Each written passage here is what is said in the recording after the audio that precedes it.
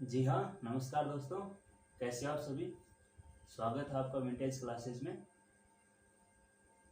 तो आज हम पढ़ने वाले हैं अलजेब्रा का एक वैल्यू पुटिंग मेथड, जो जो मेथड बहुत ही ज़रूरी होता है अलजेब्रा पढ़ने के लिए, जिससे हम क्वेश्चन को बहुत ही कम टाइम में कर पाते हैं। तो हम अलजेब्रा का पूरा इस वैल्यू पुटिंग मेथड का पूरा बेसिक देखेंगे कि हम वैल्यू पुटिंग क्यों करते हैं और कब करते हैं और कब वैल्यू पुटिंग नहीं करनी होती।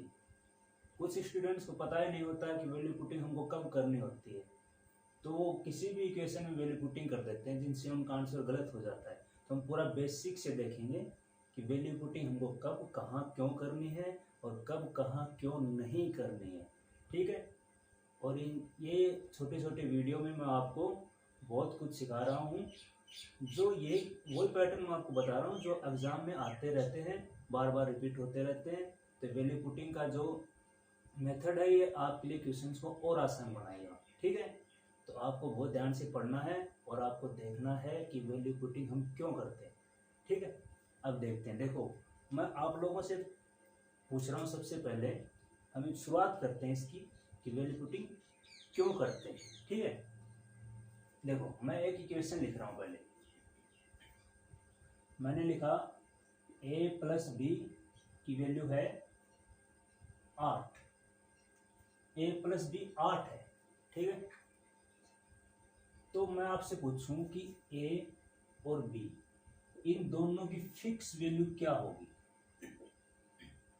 बताइए आप, a और b की फिक्स वैल्यू क्या होगी अगर a प्लस बी 8 है तो कुछ भी हो सकती है। फिक्स वैल्यू तो कोई निकाल ही नहीं पाएंगे, हम यहाँ से नहीं निकाल पाएंगे ना भाई। ये 2 हो जाए, ये 6 हो जाए, ये 1 हो जाए, 7 हो जाए, 3 हो जाए, 5 हो जाए, कुछ भी हो सकता है, हमको पता थोड़ी है। तो फिक्स वैल्यू नहीं निकाल पाएंगे हम ए और बी की फिक्स वैल्यू। अगर मैं ये दे दूँ आपको कि ए प्लस बी 8 है, ए प्लस बी तो 8 है, और ए माइनस बी है 3, ए माइनस बी है 3, तब ए और बी की वैल्यू पूछी जाए फिक्स, तब हम बता पाएंगे। भाई बता पाएंगे ना। एक बार तो दोनों को ऐड करके 2 का डिवाइड दे दो तो ए की वैल्यू आ जाएगी। 8 3 11, 11/2 5.5। एक बार दोनों को घटा के 2 का डिवाइड दे दो, वो बी की वैल्यू आ जाएगी। 8 में से 3 गया 5, 5 में 2 का डिवाइड दे दो 2.5, ये आ जाएगी। ठीक है। तो अब क्या समझे इस बात से कि पहले जब एक ही इक्वेशन था अपने पास, ये अकेला एक ही इक्वेशन था हमारे पास, और वेरिएबल थे हमारे पास दो वेरिएबल थे ए और बी। ठीक है। मतलब वेरिएबल की संख्या इक्वेशन की संख्या से ज्यादा थी। ठीक है। इक्वेशन एक था, एक इक्वेशन, और वेरिएबल थे ये 2। मतलब वेरिएबल की संख्या इक्वेशन की संख्या से ज्यादा थी। तो उस वक्त हम दोनों वेरिएबल का फिक्स मान नहीं निकाल सकते। इसके लिए हम इसमें से कोई भी एक वेरिएबल को अपनी मर्जी से कुछ भी पुट कर सकते हैं। ठीक है। अगर मैं a प्लस बी 8 है, मैं b को मान लूँ 0, तो a की वैल्यू 8 हो जाएगी। अगर b को मैं मान लूँ 1 तो a की वैल्यू 7 हो जाएगी। b को मान लूँ 2 तो a की वैल्यू 6 हो जाएगी। मतलब एक इक्वेशन से सिर्फ हम एक ही वेरिएबल की वैल्यू निकाल सकते हैं। अगर वेरिएबल ज़्यादा है तो जो एक्स्ट्रा वेरिएबल हैं उनको हम अपनी मर्जी से कुछ भी पुट कर सकते हैं। स्टूडेंट कहते हैं कि 0 पुट करना होता है, हमेशा 0 पुट नहीं करना होता। 0 पुट कर सकते हैं, 1 कर सकते हैं, -1 कर सकते हैं, 2 कर सकते हैं, 3 कर सकते हैं, कुछ भी कर सकते हैं। 0 हम करते हैं अपनी सहूलियत के लिए कि आसान हो जाए, क्वेश्चन आसान हो जाए। 1 -1 2 ये रखने से भी आसान हो जाएगा। तो यहाँ तक की वैल्यू हम पुट करते हैं, इनसे आसान होता है, बाकी हम कुछ भी पुट कर सकते हैं। ठीक है।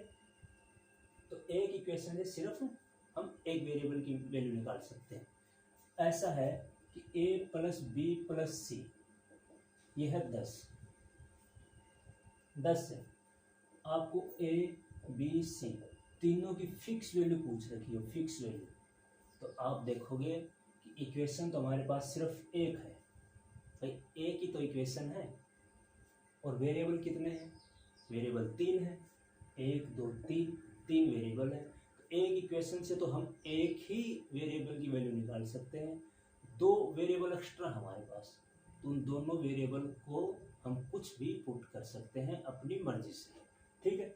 हम कुछ भी पुट कर लेंगे, मैं बी को 1 मान लूँगा, सी को भी 1 मान सकता हूँ, बी को 1 मान लूँ, सी को -1 मान सकता हूँ, बी को 0 मान लूँ, सी को 2 मान लूँ, तो ए की वैल्यू निकल के आ जाएगी, ठीक है। तो 2 की वैल्यू पुट कर सकते हैं हम यहाँ से, और ए की वैल्यू जो निकल के आएगी वो ए की वैल्यू होगी फिर, ठीक है। तो अब देखो ये मानो आप थोड़ा और बेसिक से जानो कि हम क्यों पुट करते हैं, कि ये एक लाइन है, ये एक लाइन है। अब इस लाइन के अंदर कितने पॉइंट हैं, करोड़ों पॉइंट हैं, अनंत पॉइंट है, अनंत, ठीक है। तो यहाँ से हम बोलें कि एक्स वाई की वैल्यू बताओ, मान लो एक ग्राफ है कोई, मैं बोलूँ एक्स वाई की वैल्यू बताओ, एक लाइन है, 1,00,000 पॉइंट है इसमें, हाँ भाई, अनंत पॉइंट है। तो एक्स वाई के भी अनंत मान हो सकते हैं, अनंत मान हो सकते हैं, कितने मान हो सकते हैं, इस पॉइंट पे हो जाए, इस पॉइंट पे हो जाए, इस पॉइंट पे हो जाए, कोई फिक्स मान थोड़ी है। लेकिन अगर 2 लाइन हो, 2 लाइन और ऐसे कट कर रही हैं एक दूसरे को, तो ये एक जगह पे यहाँ पे कट करेंगे, तो ये एक्स वाई की एक फिक्स वैल्यू आ जाएगी अपने पास, एक फिक्स वैल्यू, ठीक है। तो फिक्स वैल्यू निकालने के लिए जितने वेरिएबल हैं उतने ही इक्वेशन होने चाहिए, तब फिक्स वैल्यू आती है, ठीक है। जितने वेरिएबल हैं उतने इक्वेशन होने चाहिए, तब किसी वेरिएबल की फिक्स वैल्यू होती है।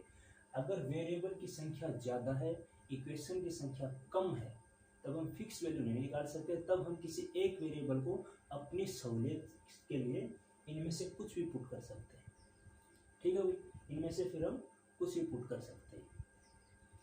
ये होती है वैल्यू पुटिंग, हमको कब, कहाँ और क्यों पुट करना है। अब क्यों पुट नहीं करना किसी जगह पे, वो देखते हैं कि वेरिएबल कई बार हम कुछ भी पुट नहीं कर पा रहे, क्यों पुट नहीं कर पा रहे ये देखेंगे, कि कई बार ऐसा भी होता है कि हर जगह पुट नहीं करना होता। तो देखिए हम क्या पुट नहीं कर सकते, क्यों नहीं कर सकते, ठीक है। तो ये बात तो आपको समझ में आई होगी, आपने थोड़ा सा ध्यान से देखा होगा तो बिल्कुल समझ में आ जाएगी, इजी बात है। मैं एक लाइन लिख रहा हूँ, वो आपको लिख लेनी है, वो आपको लिख लेनी है कि अगर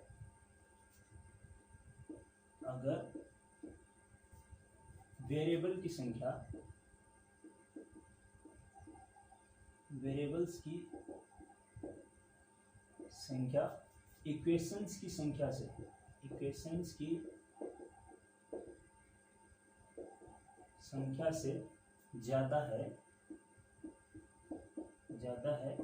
तो हम एक्स्ट्रा वेरिएबल्स को, जो अतिरिक्त वेरिएबल्स हैं, एक्स्ट्रा वेरिएबल्स को 0 1 -1 2 या फिर ये कुछ भी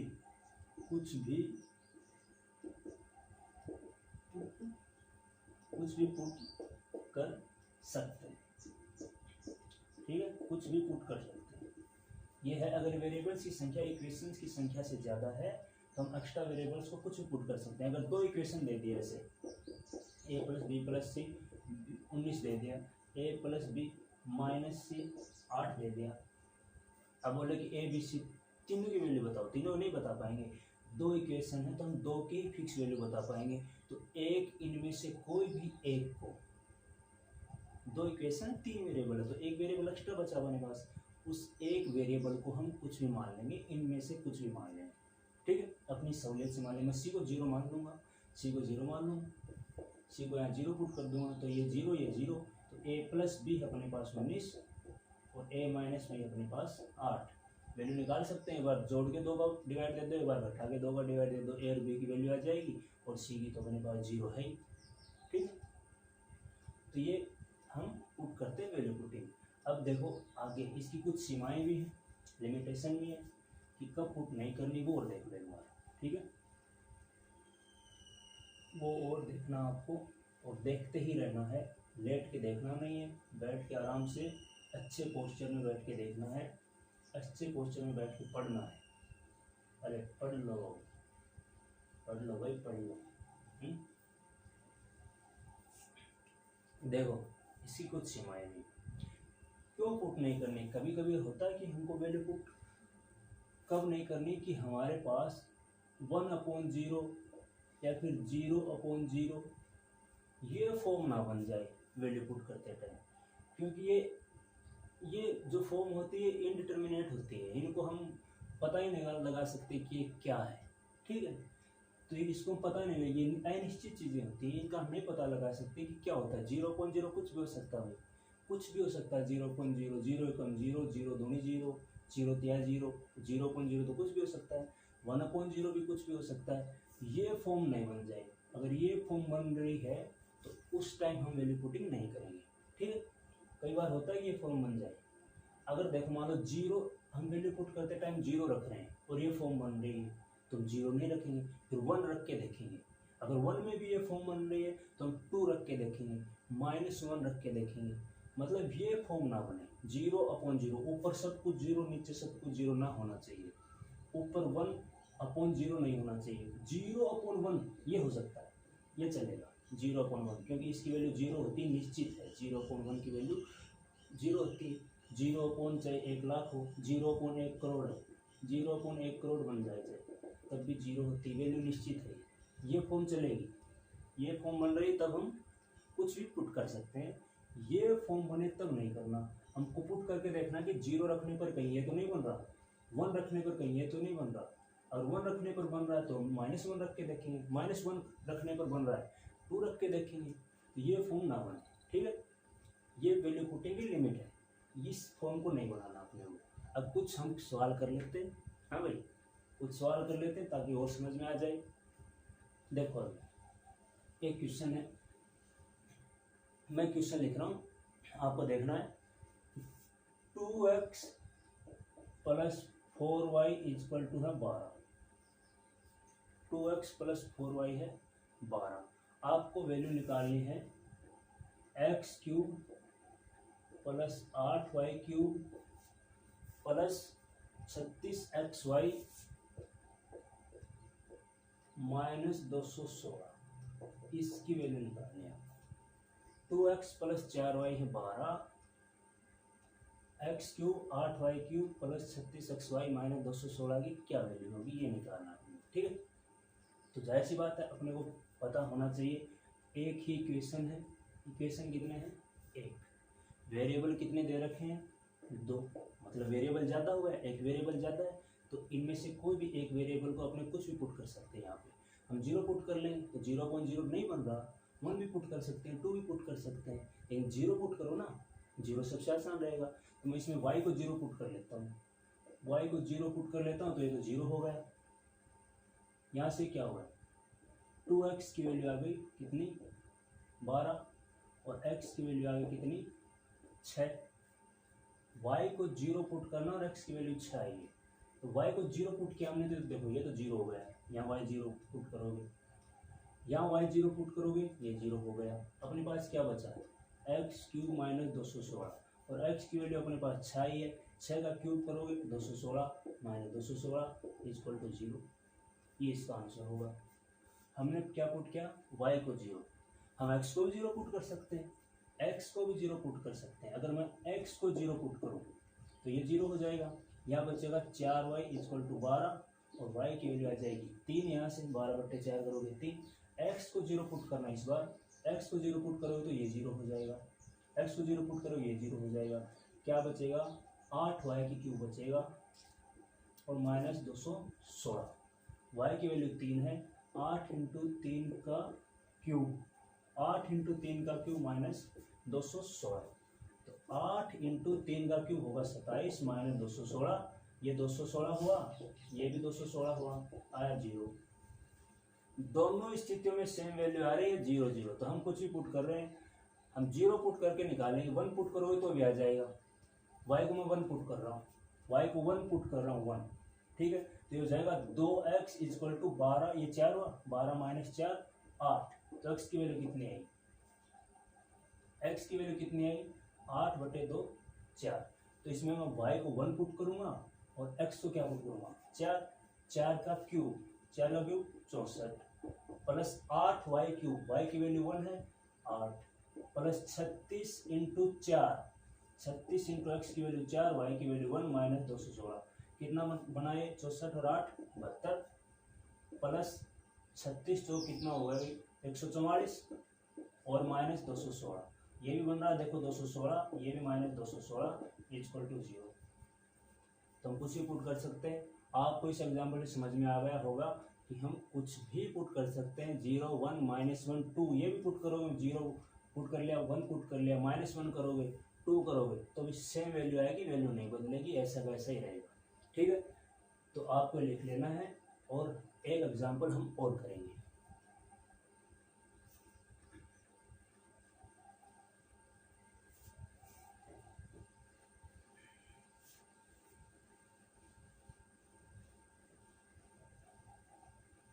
देखो भाई एक सवाल और करते हैं।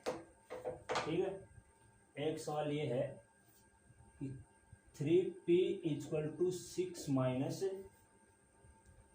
3a 3p equal to 6 minus 3 है। वैल्यू पूछ रखी है a cube plus 6ap 6ap plus p cube minus p cube minus 6। इसकी वैल्यू निकालो कि 3p बराबर है 6 माइनस 3 है a cube plus 6ap plus p cube minus 6 की वैल्यू निकालो। तो वही बात है भाई, पहले तो 3 कॉमन लेंगे, इसमें 3 कॉमन ले कट जाएगा, 3 कॉमन लिया यहाँ से तो 2 माइनस a बचेगा, 3 से 3 कट गया, p आया 2 माइनस a। अब देखो a की इक्वेशन अपने पास वेरिएबल है दो, एक तो p है और एक a है, दो वेरिएबल है। एक इक्वेशन दो वेरिएबल मतलब एक वेरिएबल एक्स्ट्रा है, तो एक्स्ट्रा कोई भी एक वेरिएबल को हम कुछ भी पुट करेंगे अपनी मर्जी से। मैं a को 0 मान लूँगा, a को 0 मानने पर 0/0 नहीं बन रहा, a को 0 मानने पर 1/0 तो नहीं बन रहा, ये चेक करना है। अगर ये बन रहा हो तो a को हम कुछ और मानेंगे, फिर 1 मान लेंगे, 1 पर भी ये फॉर्म बन रही है तो 2 मान लेंगे, -1 मान लेंगे, ये फॉर्म नहीं बननी चाहिए। ठीक है, तो a को मैं 0 मान लिया, a को मैंने 0 पुट कर लिया तो ये तो 0 हो गया। यहाँ से p की वैल्यू आ गई 2, p की वैल्यू आ गई 2, a को 0 पुट कर लिया ये 0 हुआ, a को 0 पुट किया ये 0 हुआ, p की वैल्यू 2 इसमें रखेंगे, 2 की क्यूब 8, 8 माइनस 6, 2 आंसर आ गया। ठीक है, मैं p को 0 पुट कर लूँ, p को 0 पुट करूँगा तो यहाँ से देखो p equal to 2 minus a है, p को 0 पुट कर लिया ये 0 हो गया, यहाँ से a की वैल्यू भी 2 आ जाएगी। अब p को 0 पुट करूँगा तो ये 0 हो गया, ये 0 हो गया, ये a की वैल्यू 2 इसमें रखेंगे, 2 की क्यूब 8, 8 माइनस 6, 2 आ गया। मैं कुछ भी पुट कर सकता हूँ, मैं a को 1 पुट करूँगा। अब ये है p equal to 2 minus a, मैं a को कर लिया 1, a को मैंने 1 मान लिया, a को 1 मानोगे तो यहाँ से p भी आ जाएगा 1 ही भाई, 2 माइनस a करोगे p भी 1 आ गया, a भी 1 आ गया, तो इसमें रखेंगे a की वैल्यू 1, 1 की क्यूब 1 प्लस 6 a की भी 1 है, p की भी 1 है, ये 6 ही रहेगा, प्लस p की वैल्यू 1, 1 की क्यूब 1 माइनस 6, 6 से 6 घट गया, 1 प्लस 1 2 आ गया। तो आपको समझ में आ गई ये बात, हम कुछ भी पुट कर सकते हैं, आंसर तो वही आएगा, 2 ही आएगा हमेशा, आंसर बदलेगा नहीं, लोग बदलते हैं बस। ठीक है, आगे देखेंगे हम अगला क्वेश्चन, एक एग्जांपल और करेंगे। तो ये वैल्यू पुटिंग आपको समझते रहने, बहुत ही आसान है ये, आप बेसिक से निकालोगे इसमें तो कई दिन लग जाएंगे, कई दिन तो मतलब नहीं लगे 5-7 मिनट लग जाएंगे, और इस टाइप से करोगे तो आपको चुटकी में आंसर आ जाएगा, और आंसर आएगा सेम ही, सेम ही आंसर आएगा। ठीक है, एक देखो आगे और, यह है a plus B plus C बराबर है 18। ठीक है, A B plus B C plus C A B plus B C plus C A की वैल्यू है 33। आपको वैल्यू पूछ रखी है A B into A plus B plus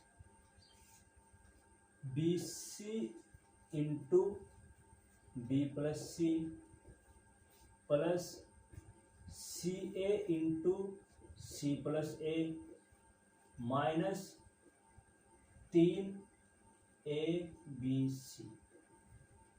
इसकी वैल्यू निकालो क्या होगी, माइनस नहीं सॉरी प्लस है, इसकी वैल्यू क्या होगी? देखो देखने में भयंकर लग रहा है, ये वैल्यू पुटिंग से करोगे तो बिल्कुल आसान हो जाएगा। अब ध्यान दोगे कि देखो इक्वेशन दो है, दो इक्वेशन दे रखे हैं, दो वेरिएबल कितने हैं? तीन वेरिएबल है।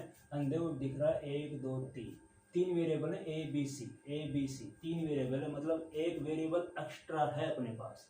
तो एक वेरिएबल एक्स्ट्रा इनमें से कुछ भी है, वो चाहे वो ए हो चाहे बी हो सी हो, दो इक्वेशन से हम दो की वैल्यू निकाल सकते हैं। एक वेरिएबल एक्स्ट्रा है तो इनमें से कोई भी एक वेरिएबल को हम जीरो मान सकते हैं। ठीक है, जीरो मान सकते हैं। मैं सी को जीरो मान लूंगा, ए को मान लो चाहे बी को मान लो, जीरो मानेंगे। हमेशा जीरो ही नहीं मानना, जीरो हम मान रहे हैं अपनी सहूलियत के लिए कि आसान हो जाए। मैंने अभी अभी बताया था आपको, आप 1 मान सकते हो, -1 मान सकते हो, 2 मान सकते हो, कुछ भी मान सकते हो, 1 लाख मान सकते हो, 50 लाख मान सकते हो। जीरो से आंसर आसान बन जाता है, इसलिए मैं जीरो मान रहा हूँ। तो मैं सी को जीरो मान लिया, सी को जीरो मान लिया तो ये पूरा जीरो हो जाएगा। देखो खत्म, ये सी को जीरो माना ये जीरो हो जाएगा, खत्म। सी को जीरो माना ये जीरो हो जाएगा, खत्म। वैल्यू किसकी निकालनी है? A B into A plus B की। सी को जीरो माना ये जीरो हो गया, सी को जीरो माना तो ये दोनों जीरो हो गए। वैल्यू की ये क्या बचा? यहाँ पे सिर्फ ए बी बचा, ए प्लस बी बचा, यहाँ बचा सिर्फ ए बी। तो वैल्यू भी इसकी निकालनी है। A B into A plus B, A B की वैल्यू है 33 इंटू ए प्लस बी की वैल्यू 18, कितनी वैल्यू आ जाएगी? 554। बिल्कुल आसानी से आ गए। अब कोई कह रहे मैं सी को कुछ और मान लूँगा, हम वो भी देख लेंगे। सी को मैं 1 मान लेता हूँ, सी को 1 मान लेता हूँ, ठीक है, 1 मान लेता हूँ सी को। अब सी को जब 1 मानोगे तो यहाँ देखो ए प्लस बी, सी को 1 मानोगे, 1 इधर जाएगा तो 18 माइनस 1 17 बचेगा, ए प्लस बी बचेगा 17, ठीक है। सी को 1 मानोगे 1, तो यहाँ तो देखो ए बी बचेगा, प्लस सी को 1 माना तो ए बी अकेला बचेगा, सी को 1 माना तो ए अकेला बचेगा, आगे है 33, ए प्लस बी, ए प्लस बी, ए प्लस बी है 17, तो ए बी क्या बचेगा? यहाँ से ये 17 इधर जाएगा, माइनस का हो जाएगा, 33 में से 16 बचेगा, ए बी 16 बचेगा। सी को 1 मानना है तो सी 1 ही इसमें रखना, सी की जगह 1 ही रखना इनमें भी, ठीक है। थोड़ा सा लंबा बनेगा 1, तभी मैंने 0 बताया था। इनमें भी सी की जगह 1 रखना है, तो 1 रखो कैसे आएगा? देखो 1 रखने पर क्या बनेगी इक्वेशन? ये प्लस 1 है इसकी जगह तो बी बचेगा, और बी प्लस 1 प्लस ए बचेगा, और सी की जगह तो 1 है, 1 plus A plus 3 A B C, 3 A B, C की जगह तो 1 है, ठीक है। अब इसको हम खोल लेते हैं एक बार। देखो इसकी वैल्यू तो है अपने पास, A B into A plus B, A B की 16, ए प्लस बी की 17, 16 इंटू 17 प्लस, इसको हम एक बार खोल लेते हैं ब्रैकेट को, ये हुआ B square plus B plus A square plus 3 A B. अब देखो 16 इंटू 17 से चलने दो, ऐसा वैसा चलेगा ये भाई, और ए प्लस बी ये रहा, ए प्लस बी की वैल्यू 17, बचा क्या है? A square plus B square निकालना पड़ेगा, ये एक्स्ट्रा लाइन एक और आ गई, A square plus B square निकालना पड़ेगा। A square plus B square क्या होता है? देखो ये आपको पता ही होगा, ए प्लस बी का होल स्क्वायर होता है A square plus B square plus 2ab। अब ए स्क्वायर बी स्क्वायर निकालना अपने को, ये निकालना तो ये ए प्लस बी का होल स्क्वायर माइनस 2ab आगे आएगा ए स्क्वायर प्लस बी स्क्वायर। तो ए प्लस बी अपने पास है 17, 17 का स्क्वायर 289 माइनस 2ab, ab की वैल्यू 16, 2ab की हो जाएगी 32 बराबर A square plus B square. तो कितना बचा? 257 बचा। तो A square plus B square is 257 plus 3ab, 3 into A B की वैल्यू कितनी है? 16, 16 से 48 हो जाएगा, डायरेक्ट लिख देता हूँ मैं 48। अब सबको ऐड कर लो, 17 इंटू 16 कितना हो रहा है? 17 इंटू 16, 17 6 102 10, 17 17 10 27, 272 प्लस 17 प्लस 257 प्लस 48, सबको ऐड करने पर 594 आना चाहिए, वही आएगा। 8 7 15, 15 7 22, 22 से 2 24, 2 4 2 6, 6 5 11, 1 12, 12 7 19, 1 2 1 3, क्या 2 2 4 और 1 5, 594। तो ये तो आ ही गया था पहले, 2 और 2 4 और 1 594। 1 रखने पर बहुत बड़ा बन गया, इससे अच्छा तो ये होता फॉर्मूले से कर लेते। तो 0 ही रखेंगे हम जब तक 0/0 या फिर 1/0 की फॉर्म ना बने, 1/0 या 0/0, क्योंकि इनडिटर्मिनेट होता है, इनकी कोई वैल्यू हम बता ही नहीं सकते। 0/0 क्या होगा, कुछ भी हो सकता है भाई, 0 दूनी 0 होते हैं, 0 1 जा 0, 0 3 जा 0, 1/0 भी कुछ भी बन सकता है।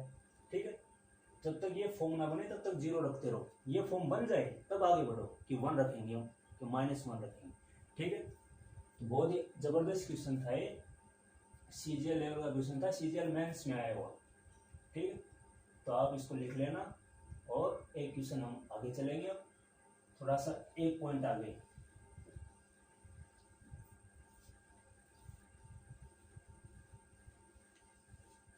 समझ में आ रहा होगा आप लोगों को, आ रहा है तो भाई लाइक भी कर दो, सब्सक्राइब भी कर दो, अरे कर दो।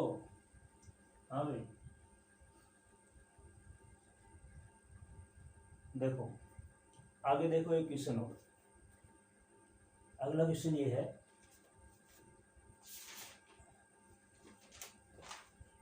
ये क्वेश्चन है कि पी क्यू आर की वैल्यू है 1। हमको वैल्यू निकालनी है 1/1 प्लस पी प्लस क्यू की power -2 plus 1/1 plus Q plus R की power -2 plus 1/1 plus R plus P की पावर -2, ये निकालना है। ठीक है, इनका कोई बेसी होता ही नहीं, होता है तो बहुत बड़ा होता है। ठीक है, कई दिन लगते हैं, लेकिन वैल्यू पुटिंग अभी बताया, उसी का हम यूज करेंगे। देखो इसमें हम 0 तो पुट नहीं कर सकते। अब समझोगे आप इस बात को, 0 पुट नहीं कर सकते इनमें से किसी को भी। अगर 0 पुट कर लिया तो इधर सब कुछ 0 हो जाएगा, बराबर 1। 0 बराबर 1 तो होता ही नहीं, तो 0 तो पुट नहीं करेंगे। अब समझो इस बात को कि 0 कब पुट नहीं करेंगे, 0 हो जाएगा 0 पुट करते हैं, 0 बराबर 1 तो नहीं कर सकते। अब कुछ और देखेंगे, हम 1 पुट करते हैं, 1 हम 1 पुट करते हैं। अब देखो 3 वेरिएबल है अपने पास और इक्वेशन है सिर्फ एक ही इक्वेशन दे रखी है, वेरिएबल 3 दे रखे हैं, तो कोई भी 2 वेरिएबल एक्स्ट्रा अपने पास। अब 2 वेरिएबल एक्स्ट्रा तो उन दोनों वेरिएबल में कुछ भी पुट कर सकते हैं। अब कुछ भी का मतलब क्या होता है, 0 भी होता है, लेकिन 0 नहीं करेंगे। क्यों नहीं करेंगे मैंने बता दिया, 0 करेंगे तो इधर सब 0 हो जाएगा और ये 1 हो जाएगा। तो हम कुछ और देखेंगे, 1 पुट कर लेंगे। अब मैं Q की जगह 1 पुट कर लूँ और R की जगह भी 1 पुट कर लूँ। अब Q और R को हमने 1 पुट किया है, हम 2 को ही पुट कर सकते हैं। P की वैल्यू 1 निकल के आई है, तो P की वैल्यू भी क्या निकल के आएगी, 1 निकल के आएगी। ये तो हमने पुट किया भाई Q और R, क्योंकि हम 2 ही पुट कर सकते हैं। P की वैल्यू जो 1 है वो निकल के आई फिर बाद में। ठीक है, अब इसमें पुट कर लेंगे आराम से, 1/1 प्लस 1, P की वैल्यू 1 प्लस Q की पावर -2 क्या होता है, 1/Q की पावर 2 होती है। Q की वैल्यू भी 1 है, 1 का स्क्वायर भी 1 होगा, तो मतलब ये भी 1 है, प्लस 1/1 प्लस Q की वैल्यू 1, R की पावर -2 क्या होती है, 1/R का स्क्वायर, R की वैल्यू 1 है, 1 का स्क्वायर 1, ये भी 1 होगा, और इसी तरह ये भी 1 होगा। तो कितना बचा ये, 1/3 मतलब 1। आंसर आ गया इसका 1। ठीक है, आंसर आ गया 1। कुछ और भी पुट कर लेते हैं, कर लेना भाई, 2 इसमें 2 पुट कर लो, Q को 2 कर लो, R को 1 कर लो, R को 2 कर लो, Q को कर लो, P को कर लो, P और Q को कर लो, किन्हीं भी 2 को कर सकते हो। ठीक है भाई,